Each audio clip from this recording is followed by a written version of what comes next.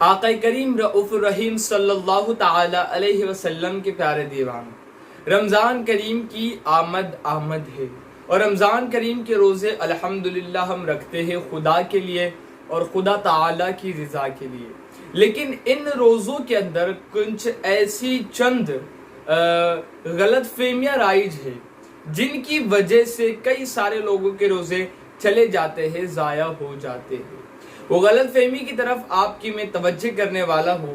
آقا کریم علیہ السلام کے پیارے دیوانوں، یہ ویڈیو بڑا امپورٹنٹ ہونے والا ہے، اس کے اندر بہت ضروری بات ہے آپ کو بتائی گئی ہے، تو آپ سے میری مؤدبانہ گزارش ہے ویڈیو مکمل دیکھیں اور جو باتیں اس کے اندر بتائی جا رہی ہے اس کو آپ دل کے کانوں سے سنیں اور اس کو آگے پہنچانے کی آپ بھرپور کوشش کریں۔ آقا کریم علیہ السلام کے پیارے دیوانوں، اگر ہم پہلی غلط فہمی کی بات کریں تو سب سے پہلی غلط فہمی ہمارے معاشرے کے اندر یہ رائج ہے کہ اگر کوئی قے کرتا ہے، وامٹ الٹی کرتا ہے تو الٹی کی وجہ سے روزہ ٹوٹ جاتا ہے۔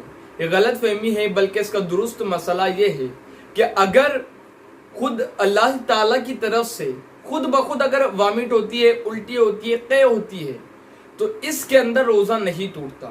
اگر کوئی بندہ اپنی انگلی سے جو تو قے کرنے کی کوشش کرتا ہے جان بوجھ کر، تو اب اگر جان بوجھ کر اس نے انگلی کر کے وامٹ کی اور منہ بھر کے قے ہو گئی، منہ بھر کے وامٹ اس کو ہو گئی، تو اس صورت میں جو تو روزہ ٹوٹ جائے گا۔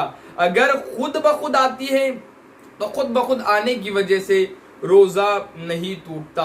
آقا کریم علیہ السلام کے پیارے دیوانوں، اسی طریقے سے دوسری جو غلط فہمی ہمارے معاشرے میں رائج ہے وہ یہ ہے کہ احتلام ہونے کی وجہ سے روزہ ٹوٹ جاتا ہے۔ آقا کریم علیہ السلام کے پیارے دیوانوں، اگر احتلام ہوتا ہے تو اس کی وجہ سے روزہ نہیں ٹوٹتا اور روزے پر کوئی اثر بھی اس کا نہیں پڑتا۔ تو آپ سے میری گزارش ہے کہ آپ ان مسائل کو دھیان سے سنیں اور آگے بھی آپ پہنچائیں، تو احتلام کی وجہ سے روزہ نہیں ٹوٹتا۔ اسی طریقے سے تیسری غلط فہمی ہمارے معاشرے میں رائج ہے کہ تھوک اور بلغم نگلنے کی وجہ سے روزہ ٹوٹ جاتا ہے، یہ بھی ہمارے معاشرے کے اندر رائج ہے۔ اس صورت میں روزہ نہیں ٹوٹتا۔ اب یہ سوچ کر کے لوگ بار بار تھوک رہے ہوتے، بار بار کھڑے ہیں 5 منٹ کے لیے، اس کے اندر 10-15 مرتبہ تو وہ تھوک دیتے ہیں۔ تو تھوک نگلنے سے اور بلغم نگلنے سے اس میں قید ہے کہ اگر وہ منہ میں ہی ہے اور منہ ہی کے اندر سے نگل رہے ہیں تب روزہ نہیں ٹوٹے گا۔ اگر آپ باہر سے، جس طریقے سے ایک مثال دوں کہ آپ نے ہاتھ پر تھوک دیا اور اس کو آپ نے واپس نگل لیا، عام طور پر تو ایسا کوئی کرتا نہیں ہے، لیکن آپ کو وضاحت کے لیے میں یہ بتا رہا ہوں کہ اس طرح اگر کسی نے کیا تو اس صورت میں روزہ ٹوٹ جائے گا۔ منہ ہی کے اندر اگر بلغم ہے، تھوک ہے اور اس کو نگل لیے آپ نے، تو اس سے روزے پر کوئی اثر نہیں پڑتا۔ اسی طریقے سے آقا کریم علیہ الصلوۃ والتسلیم کے پیارے دیوانوں، ہمارے معاشرے میں چوتھی غلط فہمی یہ رائج ہے کہ تیل، خوشبو اور منہ زیر ناف بال صاف کرنے سے، جو زیر ناف کے بال ہوتے ہیں وہ صاف کرنے سے روزے پر کچھ اثر پڑتا ہے، روزہ ٹوٹ جاتا ہے۔ تیل لگانے سے، اگر سر پر تیل لگا رہے ہو آپ، اس سے روزہ نہیں ٹوٹتا۔ سرما اگر آنکھ میں لگا رہے ہو، اگر اس کا جو تو ٹیسٹ آپ کو حلق میں معلوم پڑ رہا ہے، اس کا رنگ بھی حلق میں آ گیا اور آپ کا تھوک کالا ہو گیا سرمے کی وجہ سے، اس صورت میں بھی روزہ نہیں ٹوٹتا۔ خوشبو آپ لگا رہے ہو تو خوشبو اگر دھوئے کے طور پر ہے کہ اگربتی آپ نے لگائی اور آپ اگربتی کے پاس چلے گئے اور آپ اگربتی کے دھوئے کے پاس آپ نے ناک لے کر کے چلے گئے، اس کو سارا اندر کھینچ لیا اور وہ دھواں اندر چلا گیا، تو اس صورت میں روزہ ٹوٹ جائے گا۔ اگر عطر ہے تو عطر آپ لگا رہے ہو تو اس کی خوشبو سے روزے پر کوئی اثر نہیں پڑتا۔ اسی طریقے سے تیل سرما لگانے سے بھی روزہ نہیں ٹوٹتا۔ اسی طریقے سے زیر ناف کے بال صاف کرنے سے بھی روزہ نہیں ٹوٹتا۔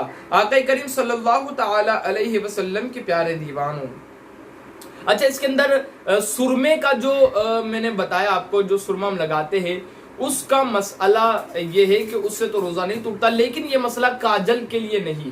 بلکہ کاجل سے پرہیز کرنا چاہیے۔ اسی طریقے سے پانچویں غلط فہمی یہ ہے کہ رمضان میں سحری میں آنکھ نہ کھلے اور سحری کھانا چھوٹ جائے تو روزہ نہیں ہوتا۔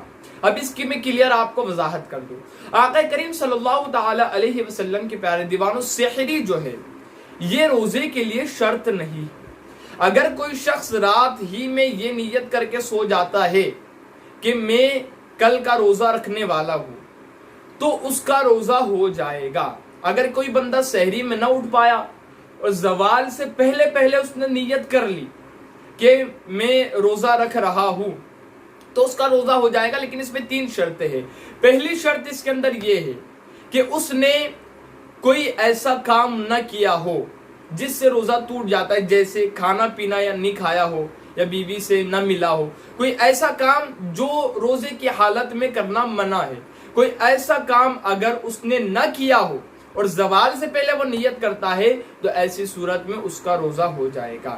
اسی طریقے سے اس کے اندر دوسری کنڈیشن بھی ہے، دوسرا یہ کہ نیت کرے کہ میں روزہ بند ہونے کے وقت سے روزے سے ہوں، یعنی یہ نیت رکھنا ہے کہ میں روزہ جب سے سحری ختم ہوئی اس وقت سے روزے سے ہوں۔ تیسرا یہ کہ زوال کے وقت شروع ہونے کے بعد، یعنی زوال سے پہلے ہی نیت کرنی ہے۔ اگر زوال کا وقت ختم ہو گیا نہ پھر نیت کر رہا ہے تو ایسی صورت میں اس کا روزہ نہیں ہوگا۔ زوال سے پہلے اس نے جو ہے تو نیت کر لینی ہے اور 3 کنڈیشن کے مطابق۔ چھٹی غلط فہمی ہے کہ رات میں غسل فرض ہو جائے تو اب روزہ شروع ہونے کے بعد کلی یا ناک میں پانی افطار کے وقت ہی ڈالیں گے۔ یہ ایک ہمارے معاشرے کے اندر جو تو چیز ہے کہ رات میں اگر غسل فرض ہو گیا تو اب افطاری کے بعد ہی اس میں کلی کرنا ہے اور ناک میں پانی ڈالنا ہے۔ آقا کریم علیہ السلام کے پیارے دیوانوں، اس کے اندر یہ وضاحت ہے کہ جب آپ پر غسل فرض ہو گیا اور آپ کو وقت مل رہا ہے تو آپ نے فوراً غسل کرنا ہے، اور روزے کی حالت میں بھی اگر ہو تو بھی غسل کرنا ہے، کوئی منع نہیں ہے، آپ سارے فرائض ادا کر سکتے ہو۔ دیکھیں، آپ اگر آپ پر غسل فرض ہے اور آپ روزہ رکھ رہے ہو، روزہ تو آپ کا ہو جائے گا، لیکن نمازیں آپ کی چھوٹ رہی ہے اس کا گناہ آپ کو ہوگا، آپ ناپاک رہ رہے ہو اتنی دیر اس کا گناہ بھی آپ کو ہوگا۔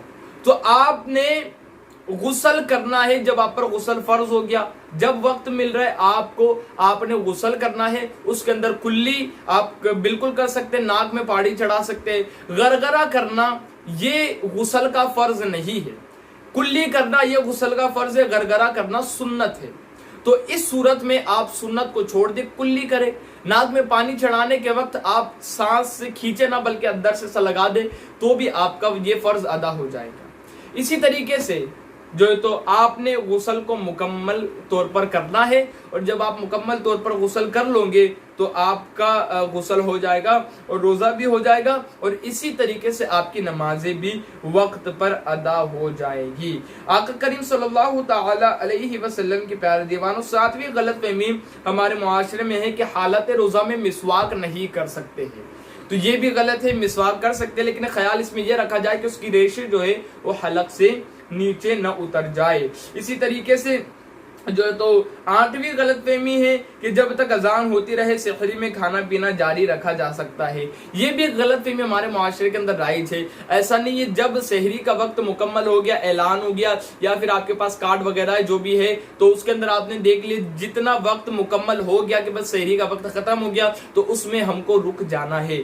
آقا کریم علیہ السلام کے پیارے دیوانوں، یہ کہ بھائی اذان ہوگی تو رکیں گے، اذان پوری ہوگی تو رکیں گے، ایسی صورت میں آپ کا روزہ نہیں ہوگا، بلکہ جتنا وقت دیا ہے اسی وقت کے مطابق آپ نے سحری کرنی ہے، اسی وقت کے مطابق آپ نے افطار کرنا ہے۔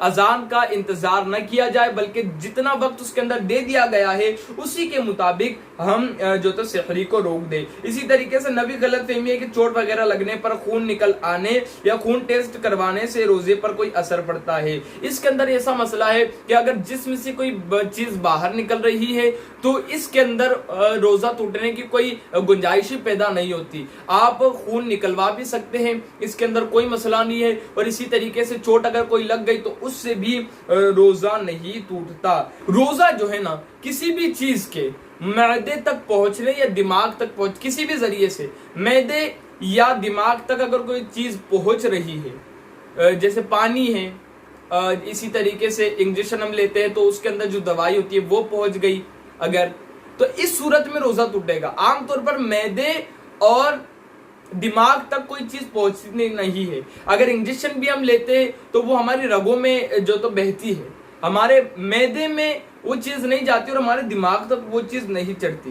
تو اب انجیکشن بھی ہم لے سکتے ہیں اس صورت میں کہ وہ چیز معدے تک جب پہنچ نہیں رہی ہے، معدے تک اگر کوئی چیز پہنچتی ہے تو اس صورت میں روزہ ٹوٹتا ہے۔ لیکن ان صورتوں میں کہ خون ہم نکال رہے ہیں، نکلنے کا تو کوئی سوال ہی نہیں پیدا ہوتا۔ انجیکشن اگر ہم لے رہے ہیں تو انجیکشن بھی لے سکتے ہیں، اس کے اندر کیا ہے، وہ رگوں کے اندر یا گوشت کے اندر لے سکتے ہیں، اس کے اندر کوئی مسئلہ نہیں ہے۔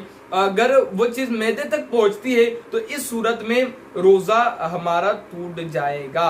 آقا کریم صلی اللہ تعالی علیہ وسلم کے پیارے دیوانوں، تو خون نکلوانے سے یا خون ٹیسٹ کروانے سے یا انجیکشن لینے سے روزہ نہیں ٹوٹتا۔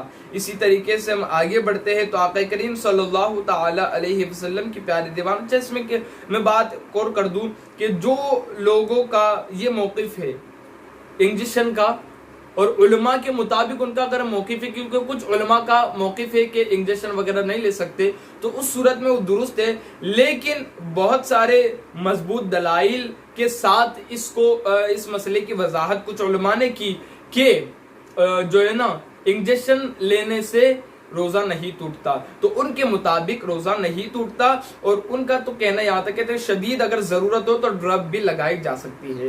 بہرحال انجیکشن وغیرہ لینے سے روزہ نہیں ٹوٹتا۔ اسی طریقے سے آگے بڑھتے ہیں اور ہم جو تو ایک اور غلط فہمی کی طرف آگے بڑھتے ہیں۔ تو آقا کریم علیہ السلام کی پیارے دیوانوں، عطر یا خوشبو سونگھنے سے روزہ ٹوٹ جاتا ہے۔ اس کی وضاحت میں نے کر دیا کہ اگر ایسی خوشبو ہے، دھوئے والی اگر خوشبو ہے، اور اس کو اگر بندہ اندر لے رہا ہے تو اس صورت میں روزہ ٹوٹ جائے گا، جان بوجھ کر اگر کر رہا ہے تو۔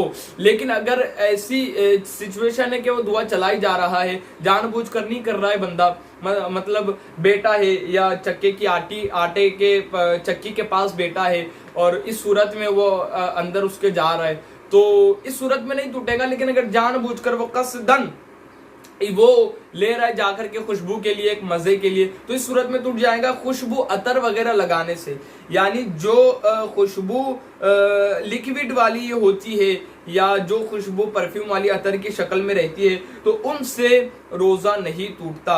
لیکن اگر سگریٹ کا دھواں ہے اور اسی طریقے سے اگر بتی کا دھواں ہے، جان بوجھ کر کے لے رہا ہے، حلق میں اندر پہنچا رہا ہے، تو اس صورت میں روزہ ٹوٹ جائے گا۔ تو آقا کریم صلی اللہ تعالی علیہ وسلم کی پیارے دیوانوں، یہ چند غلط فہمیاں ہمارے معاشرے میں رائج ہے جس کی میں نے وضاحت کی، تو یہ قیمتی ہے، امپورٹنٹ ہے۔ تو آپ سے میری گزارش ہے، اگر سمجھ نہیں آیا تو بار بار آپ سن سکتے ہیں یا نیچے کمنٹ کر کے بتا سکتے ہیں کہ میں کوئی بات سمجھا نہیں پایا۔